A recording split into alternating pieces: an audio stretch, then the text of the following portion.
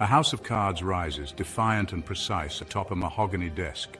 Each playing card, placed with surgical care, represents not chance but calculated risk.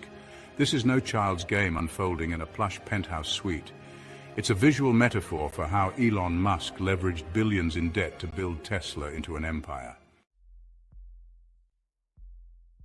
For generations, we've been conditioned to view debt as a four-letter word, a burden to be avoided at all costs. But what if everything we thought we knew about borrowing was wrong? Meet Alex, a recent college graduate grappling with a mountain of student loans and big dreams. Like many millennials, Alex's social media feed is a stark contrast of exotic vacations and luxury cars against the harsh reality of entry-level salaries and mounting bills. I always thought debt was the enemy, but then I learned that some of the wealthiest people in the world built their empires on borrowed money. It sounds crazy, right? This approach flips the script on traditional financial thinking. At its core lies a simple yet powerful concept: leverage. Leverage is simply using borrowed money to potentially amplify your returns. It's a principle that's been employed by savvy investors and business moguls for centuries, but it's only now beginning to enter the mainstream consciousness. Mislead debt is like a tool. A hammer, for example. Used incorrectly, it can cause damage, but in skilled hands, it's essential for building something amazing. To illustrate this point, imagine a seesaw. On one side, you have your own money, let's say $10,000 in savings. On the other side, you have borrowed money, perhaps a $40,000 loan. This borrowed money allows you to lift a much heavier weight. In this case, a $50,000 investment that would have been out of reach with just your savings alone. Now consider two potential paths. Alex, path A. I use my hard-earned savings to make a down payment on a modest apartment. It's a safe choice, and over time, the property slowly appreciates in value. Savings grow incrementally, and financial stability is achieved. But at what opportunity cost? Path B. Armed with newfound knowledge about leverage, Alex takes a calculated risk. Using a combination of savings and a carefully structured loan, they invest in a co-working space for creative professionals, a long-held dream. There are challenges, market fluctuations, unexpected costs, but also triumphs. Clients from app developers to graphic designers flock to Alex's innovative space. Within a year, the co-working hub is operating at full capacity with a waiting list for new members. Cash flow becomes positive, and suddenly Alex is building wealth at an exponential rate. Of course, this strategy isn't without risk. Leverage amplifies outcomes in both directions. Just as it can magnify profits, it can also exacerbate losses.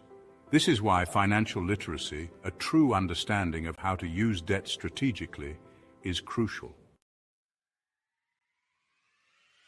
Consider the story of Barbara Corcoran, the real estate mogul and Shark Tank investor. She started her real estate empire with a $1,000 loan from her boyfriend, Barbara Corcoran. By strategically leveraging debt to acquire properties, I built a multi-million-dollar real estate business. My success wasn't just about borrowing money. It was about using that borrowed capital to make smart investments that generated returns far exceeding the cost of the debt. The wealthy don't fear debt, Miss Lee continues. Miss Lee, they respect it, they understand it, and most importantly, they know how to make it work for them instead of against them. This philosophy represents a paradigm shift in how we think about personal finance. For decades, the conventional path to financial stability has been clear. Save diligently, avoid debt, and slowly build wealth over time. While this approach can lead to a comfortable life, it rarely results in the kind of transformative wealth that defines the upper echelons of society. It's not about reckless borrowing.